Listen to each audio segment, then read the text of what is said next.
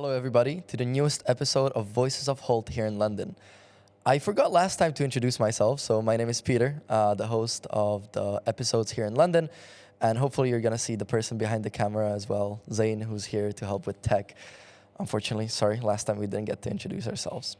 As you might remember, we were struggling a bit technically with the last episode, but this time we were struggling for the past 2 hours with actually getting to record the episode because we're such good friends and we're just chit-chatting for the past 2 hours about really anything. And we almost ran out of storage, so we were worrying a bit about storage, right? Yeah. And also stories that we would be telling here on Voices of Hult. But today, I'm here with Montasser Chebbah. Am I saying it right? Chebbah. He is a young entrepreneur from Tunisia. He is doing his second year here at Hult International Business School, London, and founded his own startup called Onlyfounders. Now, we're going to get to that later. But before that, Monta, you're back in London for the past 3 hours only? How was your flight? How is the weather here? Technically, yeah. I mean, coming back from London, from Tunisia back to London makes me realize how much we don't have sun here. And as well, I mean, it's pretty different in some cases, but I pretty like the fact that in here I'm so much into my flow of work and it's just way more into the work vibe and into the professional vibe, let's say. And just like here, I just came in and the first thing I did, I just landed and I came to record the podcast. That's amazing. I remember I called you like 2 days ago if you could do the episode, and you were just like, yeah, I'm landing on the day. Would you like to record on the day? I'll land and just directly come from the airport to you guys. And luckily enough, you're also wearing your T-shirt, the merch for Onlyfounders, so you can actually see how it's called. Yeah. So have you had this merch for a long time? Well, we had the idea back in March, and during summer before coming back to London on the fall, we printed a couple 10 merches and 10 t-shirts and 10 hoodies. And yeah, we've been giving them to people to go around with us in events because it's pretty important during our networking events and during all the events that we go to that people could see us and could remember us in a way, and having just a t-shirt could show your brand and could show who you are in a way. I see you with them all the time, and I think it's really smart because obviously in some locations you can't really have promotional material. So like putting posters is not allowed in some places. We've come across with my business as well that they literally kicked us out because we had a big sign there. But with t-shirts, they can't really tell you to cover up. I mean, there's an important thing that I think I read on a book where it mentions that organic marketing and all marketing is actually in a way more effective than the traditional marketing that we see with sponsorships on Facebook, on Meta and Instagram and whatever. And I watched it on Undercover Billionaires. Okay. And in a way, if you just go with a traditional way of getting to contact people to learn the basic skills of sales, branding, how to approach people, how to connect people, it has way more of an impact than just going with these traditional, hey, I'm going to pay to have some views and I'm going to pay to get the 3-second attention span from people on TikTok or on Instagram. And usually people who make the most noise and companies who make the most noise are those who made, for instance, an advertisement which was a little bit controversial. Mm-hmm. I mean, I've seen for close-up, for instance, that you made the thing where you have the sign, and it's just like these TikToks that they give money if you, and they don't talk and they give money if you do something like that. And that shows how if you do something a little bit controversial, a little bit trending, that gets more people's attention, and in the long run as well, it makes them not as followers of your company or of your brand, but more as fans of it. And that's pretty important in brand marketing as well. Yeah, there's so many different ways you can actually do that. Like the idea with the sign and actually giving out free clothes, it came quite naturally because it's really cheap to do, and it attracts so much attention. I was recently speaking to also one of my friends. We saw this TikTok where a girl was like, every big brand should comment. Now, and then you saw all of the big brands like, I don't know, like Logitech, BMW, just commenting like random stuff, and they had like hundreds of thousands of likes completely for free just by commenting. It was definitely a great approach. What do you think? Would you do that? Like, if you were a big company, let's say Onlyfounders is big in a couple of years, would you like go in and comment something? I mean, I don't remember the brand in particular, but I remember a car brand that usually does that and is seen by the public as way more cool because she's always replying to comments and even doing controversies around that. So that definitely works pretty well to be on the spot and to be close to the community as well. Yeah, That's something Tesla would do. Tesla is one of the companies that has no budget for marketing. And Really? you see how it's working. Yeah. They don't have any. They don't have any budget for marketing. They don't pay for marketing.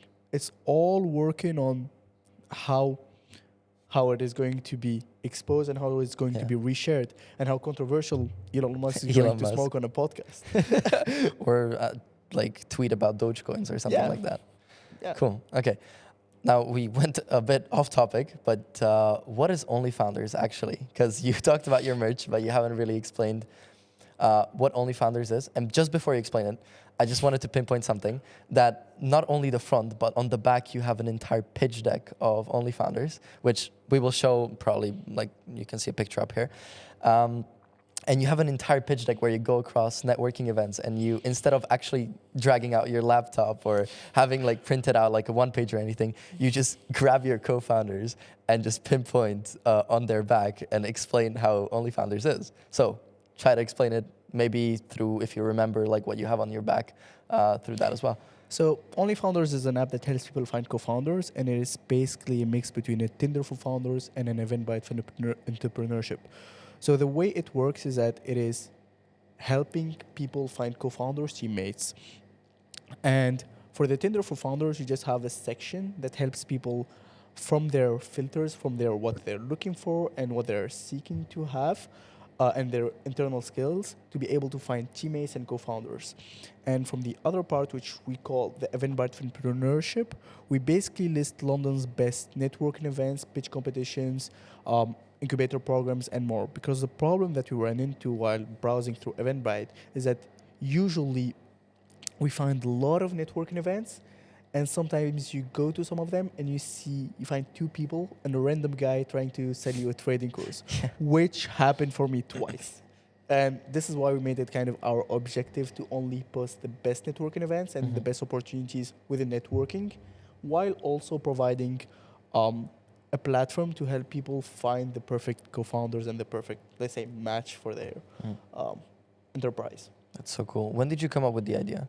So back in March last year, I was kind of brainstorming about what are the ideas that I want to pursue in and what are the kind of things that I want to work in. And I had a pretty long background with NLP, which is neurolinguistic programming. It's a self-development tool. I was technically a practitioner, which means kind of a teacher of self-development back in Tunisia. And I was pretty interested with mentorship, with self-development and all these things. And I wanted to create a company that was aligned with my values and that I would be able to see it and work on it for the next 10 years. Was this during high school? Which one? Like when you started thinking about Onlyfounders, or like this kind of NLP you mentioned? The NLP was during high school. NLP, mentorship, kind of, I call them TEDx talks, but there wasn't TEDx in Tunisia, so it was just like talks that I was making back in Tunisia. So you already started doing like these talks and kind of like consulting when you were in high school? So yeah, back in high school, I used to have a company, and while I was working with an incubator back in Tunisia with Fondation Biat from Tunisia, I learned a lot of skills such as sponsorship, a lot of things such as NLP was learned back then.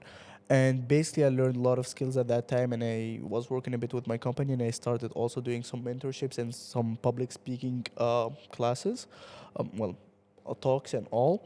And I also used to be part of nonprofit organizations for around 4 years with Interact Club, which is an associated club to the Rotary Club.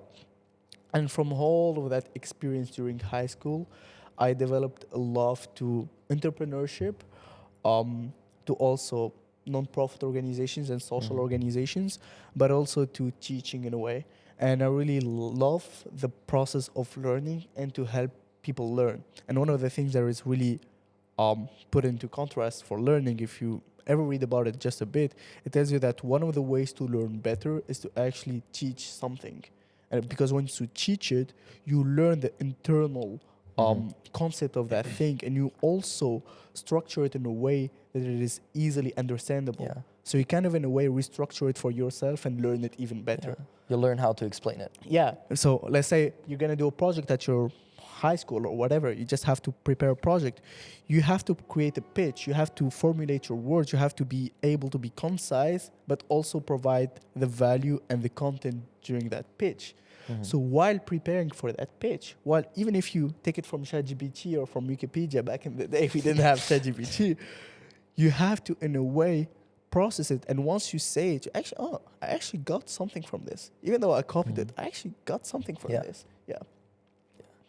So coming back to Onlyfounders, because we keep on going off track. So yeah, Onlyfounders. I remember we were in a competition back before last year together with Hult Founders Lab, and I had a completely different idea. So basically, when I came into London, I was like thinking about what is the company that I want to pursue, because I want to continue on entrepreneurship. I did entrepreneurship before. I did some e-commerce. I pretty much liked it. Since you were like 14, because when you said 4, you've been part of that for like 4 years, Yes. 14, 15 years old. I started at 12 and it ended 13, 14 till 18, and there was like a stop in between. Really going off track again. But is there like, do you have an example of your first business that you started? Or So the first business, it was a photography club, and then I did a lot of e-commerce back where dropshipping was working. When dropshipping started, we created a crowdfunding company in Tunisia that helps people and non-profit organizations raise money for their next projects. And it was after that way more into mentorship and into e-commerce at the same time. But I didn't want to be either a guru and I didn't want to pursue only in e-commerce, but I wanted to create something myself and provide that value. So coming back to Onlyfounders, when I came into here, I was thinking about what are the opportunities that could provide a lot of value. And I was brainstorming and I found this amazing idea and this amazing project. But when thinking about it, I discovered that I cannot see myself doing this for the next 10 years because I'm only motivated by the market opportunity by it. I'm only motivated by how much money could be made from this idea, which was the one that you remember about outsourcing developers from Tunisia, which has a really good opportunity, especially with Scandinavian countries, because in Tunisia there's almost the same time zone. It's pretty close to Europe, and it's different from the developers that we see from India and Pakistan that have a lot of communication problems. it was more like a traditional business that you would go for. Yeah, but again, I discovered while I was doing the market research that I'm not actually interested in this way. So I took a step back and I thought of what are the things that I actually love and that I want to keep doing for the next 10 years. And that I would actually enjoy my time doing, because this may seem controversial, but I don't want to stop working. I really enjoy learning and the process of working. And I don't see that exit plan directly as, hey, I want to raise some money, finish my company, have it to 10 million, sell it, and then live on the beach on Dubai. I don't like that. You can't do that when you're an entrepreneur. I don't like that. I don't see the exit plan. I like actually keep working on it. And one of the things that they say about looking for co-founders or whatever, can you actually see that person in front of your face every morning for the next 10 years? So let's not go off track again. But yeah, I was brainstorming about things, and I love self-development. I love growing and learning. And I saw an opportunity, which is we have a lot of entertainment apps, such as the whole Meta group, Instagram, Facebook, Messenger, TikTok and Reels, Meta and Threads. And you have a lot of entertainment apps, like even Tinder, Bumble, whatever. There's thousands of them. But when you go into the professional world, in the massively known apps, we only have LinkedIn. I mean, we have Y Combinator, we have a lot of other apps, but in Yeah, the LinkedIn is massively pretty much known, the we only only one. have LinkedIn. And a lot of people that I ask them about it, they usually don't like the interface, or it's kind of weird, or it's not straight to the point, or the UI UX is not that good. I'm not saying that Onlyfounders one is better for now, but the idea was to create a massively known app that would have the direct purpose to help people find co-founders, just like Tinder is supposed to be helping people find lovers or whatever. So what's interesting you talked about was the interface and like how a lot of people feel like it's kind of outdated, stuff like that. What I'm searching for when, like, for example, I scroll through Instagram or any other apps, or like even shopping where you see like 20 different things at one time, I feel like there's just so much information that's coming in at one point. And we, as I would consider ourselves Gen Z, are adapting to only seeing one thing at a time, which you're achieving through the Tinder model as well. I mean, I think that goes into the habituation and the visualization in a way. You mentioned the fact that I have my kind of pitch deck in my T-shirt, and that's kind of a lesson for pitching in a way. If you wanna pitch something or explain something to people, try to actually make it appearing to people first. I'm using the word, it's a mix between Tinder for founders and Eventbrite for entrepreneurship, to be able to show easily the idea you're gonna be swiping and matching with people. Because everybody knows the platforms. Your people have an attention span today of around maximum 3 seconds on videos on Instagram and on TikTok. So you have to be really concrete and really specified in your terms, and to be able to explain your ideas that you have their attention at first. And this is one of the problems from an overload of information and an overload of videos and TikToks and all that. And that came also from TikTok, because back in Instagram it was way more chill, but now TikTok is just like directly 15-second videos. Not even that. Sometimes it's like we're going back to, if you remember Vine, where you had the 7-second videos. I wonder, like, because I never used Vine. I feel like I was too young. I was too young as well. But I feel like, why didn't Gen Z, or like the generation at the time, catch upon that short form content? And why are we only getting it, what is it, like 10 years later? I'm not sure that is right, because Vine worked perfectly, and I think that's the reason why it worked. I'm not sure of this, but I think it was bought or like took off by someone. But if it was kept online and working, it would have been blown even till now. I remember watching some old vlogs back before TikTok and after Vine that said that Vine was the best thing, and all these YouTubers, all of these vlog people, just like Jake Paul, Logan Paul, and whatever, came from Vine. Because it was so much of catching people's attention in a short span and having a really short video describing a lot of things that created this big impact. But I don't think it was the time yet.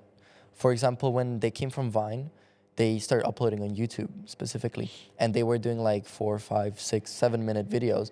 And it was only until like 10 years later where we actually adapted and we got the 15-second videos, TikToks, Reels, and YouTube Shorts even. Like every single social media platform now has short-form content. But it's a different type of content as well. I mean, the reason why YouTube worked pretty well was that because it was monetizable. So these content creators had like way to make money. They became like these what we see as an American dream of like being a vlogger and having all of these cars and supercars from just like making some videos on your phone. And it's just a different type of content that you consume in a different way. When you talk about shorts, when you talk about TikTok and Reels, we basically think about something on the phone, but on the laptop, it's more of changing the movies by these vlogs and changing the documentaries by these vlogs. So it's just the kind of different type. The more sedentary one, where you're going on the couch and just like looking something from far away. Yeah. Now that we're speaking about it, I was wondering, because I know using the Tinder model, which like really effective, you know, the preference of the people so you can match them up together. how is it going to work with Eventbrite? Because when you talk about Eventbrite, what I can imagine is the website, and then you can see like 50 different events that you just choose from. So you specifically have to look for an event that you're looking for. Will there be some kind of integration? So technically, the app is a mediator that would help you through your entrepreneurial journey. On the Tinder for Founders part, you basically, depending on your the skills that you're looking for and the skills that you have, you're going to be finding people that are aligned with you, and that are, let's say you're looking for a technical co-founder as a developer with an equity, or looking for an intern, you'll find someone who is looking for that same thing within the skills and the input that he put. For the Eventbrite for Entrepreneurship, it is for now basically listing the events and putting them in filters. And these events are usually the best events in London about entrepreneurship and business. Plus, you have a list of resources such as all the incubators, maybe pitch competitions, and you can mention, for example, Hult Prize or stuff like that, where you can win around like $1 million if you win the competition or something like that. So you have a list, a compounded list of all, or the best, let me say, opportunities as an early stage entrepreneur. And it's going to be having also a little bit of an educational content, because a lot of things could be misunderstood or could be wrong as an early entrepreneur, and you usually overloaded with options and with information and with what to do and what not to do, so that if you have just a bit of educational content on how to do things, how to do this thing, maybe if you want to book a mentorship program with someone from marketing, you consult it and stuff like that, you'll be able to have all of these things within the app. So the idea is that it is not a consuming app on content such as LinkedIn, where you find posts and people who post this, but more of an educational one, where you read about stuff, learn about stuff, and find opportunities directly. Because the main purpose is to find opportunities. Can anyone post on Onlyfounders? That's what I was going to say. It's not people who post it, people who maybe post their profile to be able to match with someone or not, but the educational content is coming from us. Okay. So we're posting, let's say, like blogs, teaching stuff. Maybe we have an influencer who is, let's say, Stephen Bartlett from the Day CEO doing a small podcast on explaining something around how to find the right co-founder, how to help people grow. And I might be mentioning something because you mentioned that we are using the model of Tinder per se. It is weird to say it in this way, but Tinder, if you look at the business model of Tinder, his objective is not to make people find love. Yeah. While completely even right. Tinder is being put as, hey, we are the platform that help people find love and find hookups or whatever what they want. But their actually business plan is that the more desperate the person is, the more they're going to pay for the premium things to be able to find that person, to be able to find someone that is not that interesting. For say, if you read a bit about it, I think for guys it has like 300 swipes per day, and for girls it's 50 swipes per day. And the algorithm is really different from person to person, and it is just, in a way, creating a more desperate guys and creating this culture that is pretty toxic around hookup culture, and only the top 1% of best looking guys and girls get really good in that term.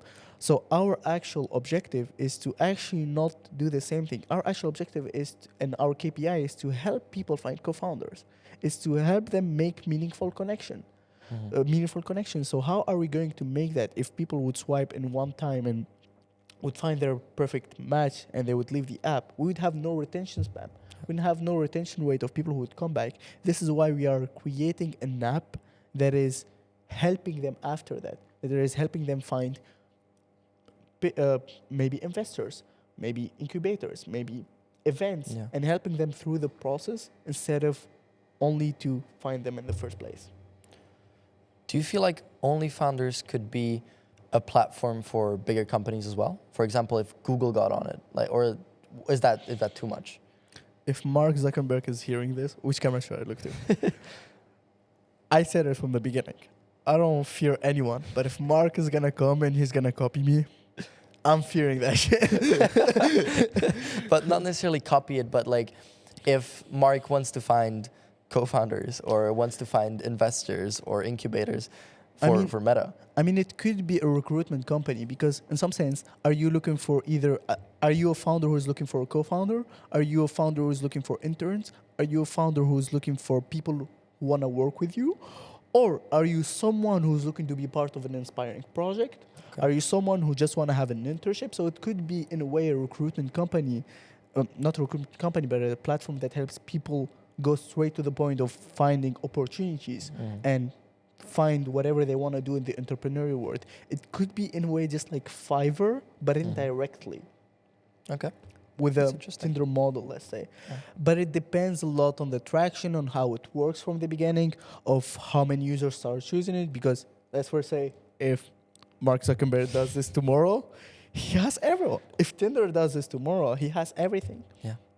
It's scary that anybody can just steal the entire idea. Hey, on that note, a lot of entrepreneurs and a lot of really early stage founders are really scared of competition in a way, and they would even go to as far as saying, I'm not gonna even share my idea in a networking event unless I sign an NDA or unless you're protected or whatever.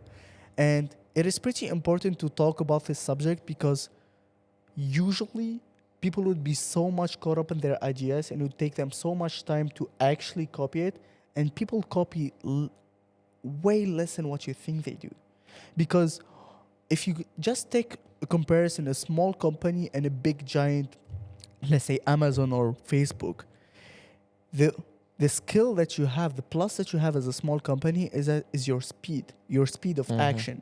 If you go to a big corporation, they have to go and sign 5 different managers to be able to even discuss these differences. If you talk about even, for example, as anyone here trying to have even a sponsorship or anything from HSBC or any other bank, they'll go through corporations and 5-6 months, even though they were going to give you the money or the opportunity, but they have to go through all of this process to make decisions.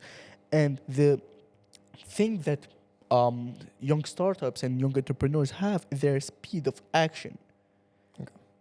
You just have to try it. You just have to work it. And even more, if you just discuss about a bit, for say, I'm coming from Tunisia where the concept of Uber only got introduced, I think, 2019 or 2018. Once it started, it's better for it proved to the market that it exists, but the market is still big. So competitors, even if they come, they would still be making money. So it opens the doors from competitors as well. So you shouldn't be technically scared from competitors. Yeah.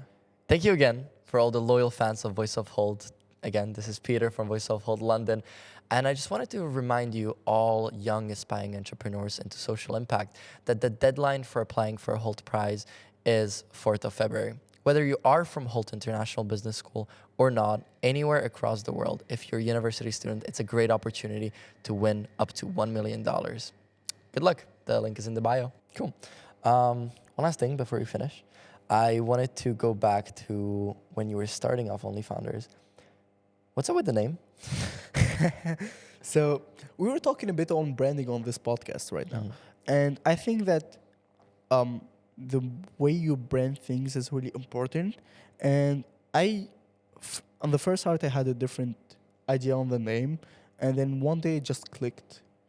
And I was like, I cannot choose any other name than this one. Because people would never be able to forget it. And that is something that is really important within your branding. Do people remember you? Even if they want to use me, or do they need my app? Could they remember my name? And I think it's a pretty powerful tool for branding in a sense. But it also shows that the company is a bit youngish. It's kind of these small entrepreneurs helping other entrepreneurs, kind of from founders to founders. Yeah. And kind of that youngish, cool vibe from young entrepreneurs who want to just help other entrepreneurs to go through that journey, because that journey is not easy. It's really nice because it's also self-explanatory. A lot of businesses, like if you look at Nike, like obviously right now you know what Nike is about, but if somebody told you 100 years ago Nike, you wouldn't know. But And even on that, in Tunisia we say it Nike. We don't even say Nike. So even That if I wasn't my hear point. Nike, I wouldn't remember it Yeah. directly. But branding is really important. So it's just like concise, direct to the point. Now we have this tradition that every single episode, at the end of an episode, we ask the guest to ask a question for the future guest. Now I have a question for you, and that is, can you change your past, and can you predict your future? I mean, the past, I would definitely not be able to change it. And I would like to say that I don't regret anything that I do, even though I made it some terrible decisions that I would want to change at some point. But I was watching one day these documentaries or these TikToks about asking old people, elderly people, would they be if they would be able to go back, would they change anything? And they always say that they would never change. They regret doing nothing, but they would regret not doing things. Okay. And I would like to mention something that I read on a book. Doubt kills more dreams than failure ever will. So I regret nothing that I did before.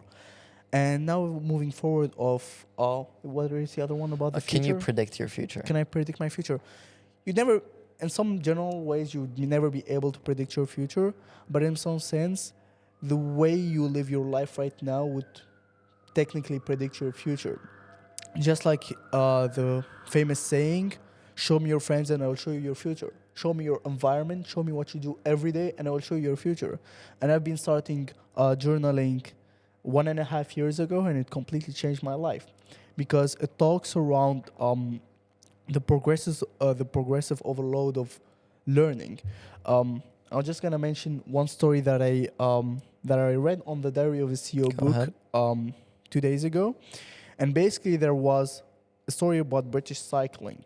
In 2008, British cycling, there was a team that was managed by a coach called David. I don't remember his last name. And he didn't care about the final idea. He didn't care about the final result. And he had an idea of only improving 1% of things, only improving small details and focusing on small details. So he started putting better sleep mask on people. He started disinfecting the rooms. He started changing the pillows of the people, changing the cushion of the seat of these bikers, rubbing the tires, and changing 1% of everything that is happening in that in British cycling. And in 2008, the team of British cycling won 57% of all gold medals within track and road races. Wow. And all of this came from progressive overload. So that comes into the idea, if you only change 1%, only a bit, and focus on the processes, what are the things that we did wrong in a way? What are the things that we can improve tomorrow? Because usually when people put goals, they will maybe watch a TikTok video and they will say, they watch a really good TikTok video and they will say, tomorrow I'm going to wake up at 5 a.m. I'm going to do a cold shower. I'm going to go to the gym. I'm going to start journaling. And I'm going to not watch social media at all. And you get the dopamine hit that you're going to do it. Wow. Yeah. And they follow their motivation, not their discipline. Yeah. They'll do it for 1 day or half a day and they cannot do it anymore. Because your body doesn't like discomfort. So the thing goes with only changing a bit and pieces, and specifically within processes, would help you in the long term improve a lot. And that helped me a lot through, let's say, a reflection over journaling is something that I would recommend to anyone. It helps a lot, and you'll actually be able to reflect on yourself and to see the gains of it. I also saw this strategy a while ago when, like, let's say you want to get into running. So if you've never run before, but you want to get that habit, instead of going on a half an hour, 1 hour run, which you probably won't be able to do and it would really suck, you put on your shoes, your running shoes, you go outside and you come back in. Yeah. And that's it. Because it's going to make you really, really uncomfortable. that you did all that hassle just to not do anything. And then the next day, you go on a 1-minute run. And then you start adding it up. And compounding, as you said, can really make that big difference that suddenly in 2 months, you're going to be going on an hour run. Compounding, progressive overload. Just an example. I'm not a native English speaker, and I'm doing this podcast right now. Let's say if I was watching this podcast of myself talking 3 years ago, I'd be saying, "How cannot talk like this?"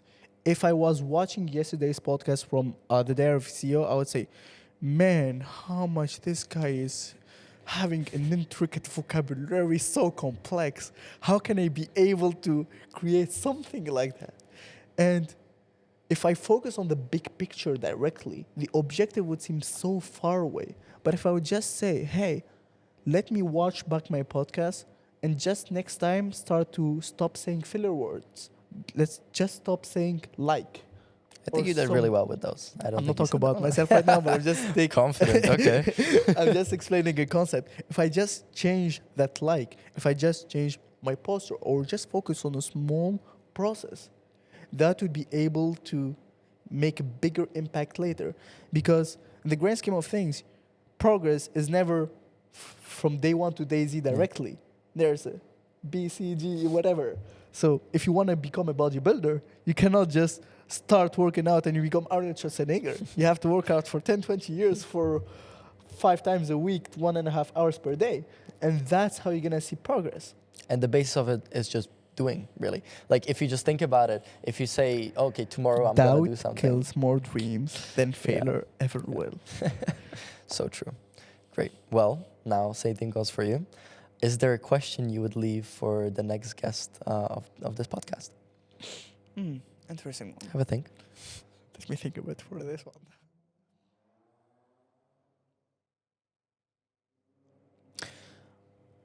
I'll keep on the note of journaling and on self-reflection. I'd ask that person, what is the goal that they always wanted to achieve, but they keep and still seeing it as a really big goal they cannot do right now? And what small steps could they take to be able to achieve that one? Wow. That's a great one. Let that resonate. All right. This was a really good ending. Thank you for sharing that. We were also a bit scared that we would do a 3-hour podcast instead of the 30 minutes. Maybe when we want to do a special, we're going to invite Monta, and he's going to give you a 5-hour podcast that you can... I have the energy for it. I just came from my flight. But thank you so much for listening, and thank you, Monta, for coming to this episode. Thank you so much. It was a pleasure. And see you at any future episodes. Bye-bye.